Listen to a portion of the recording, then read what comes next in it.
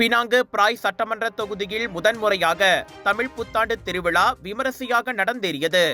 சித்திரை புத்தாண்டை ஒட்டி ஏப்ரல் 19ஆம் தேதி சாய்லிங் பார்க் பல்நோக்கு மண்டபத்தில் நடைபெற்ற அவ்விழாவுக்கு அத்தொகுதிக்கான சட்டமன்ற உறுப்பினரும் மாநில ஆட்சிக்குழு உறுப்பினருமான டத்தோஸ்ரீ சுந்தரராஜு தலைமை தாங்கினார்.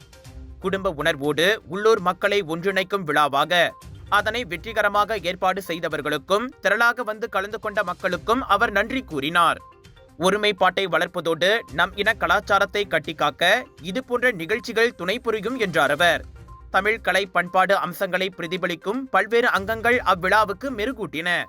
தமிழ் இனத்தின் தொன்மையான அடையாளமான பறை இசை, புலியாட்டம், கிராமிய நடனம், கும்மியாட்டம் ஆகியவையும் அவற்றில் அடங்கும். இது தவிர நாதஸ்வர மற்றும் தவில் மங்கள இசையும் இசைக்கப்பட்டு வந்திருந்தோரை கவர்ந்தது. தமிழரின் தற்காப்பு கலையான சிலம்பம், பாரம்பரிய விளையாட்டுகளான பல்லாங்குழி, தாயம் போன்றவையும் இடம்பெற்றன. வருகையாளர்களின் நாவுக்கு சுவையாக புத்தாண்டை ஒட்டி பல்வேறு இனிப்பு பண்டங்கள் தொடங்கி உணவுகள் வரை பரிமாறப்பட்டதும் குறிப்பிடத்தக்கது. ஜிஎம் இந்தியன்ஸ் பெருமையுடன் வழங்கும் நகர சம்மிலான் இன்டர்நேஷனல் இந்தியன் எக்ஸ்போ 23 27 ஏப்ரல் வரை Seremban Prima, Seremban KTM stations எதிர்ப்புறம் ஷாப்பிங் செய்ய ஃபுட் ஃபெஸ்டிவலில் 100க்கும் அதிகமான உணவுகளை ரசிக்க திரண்டு வாருங்கள்.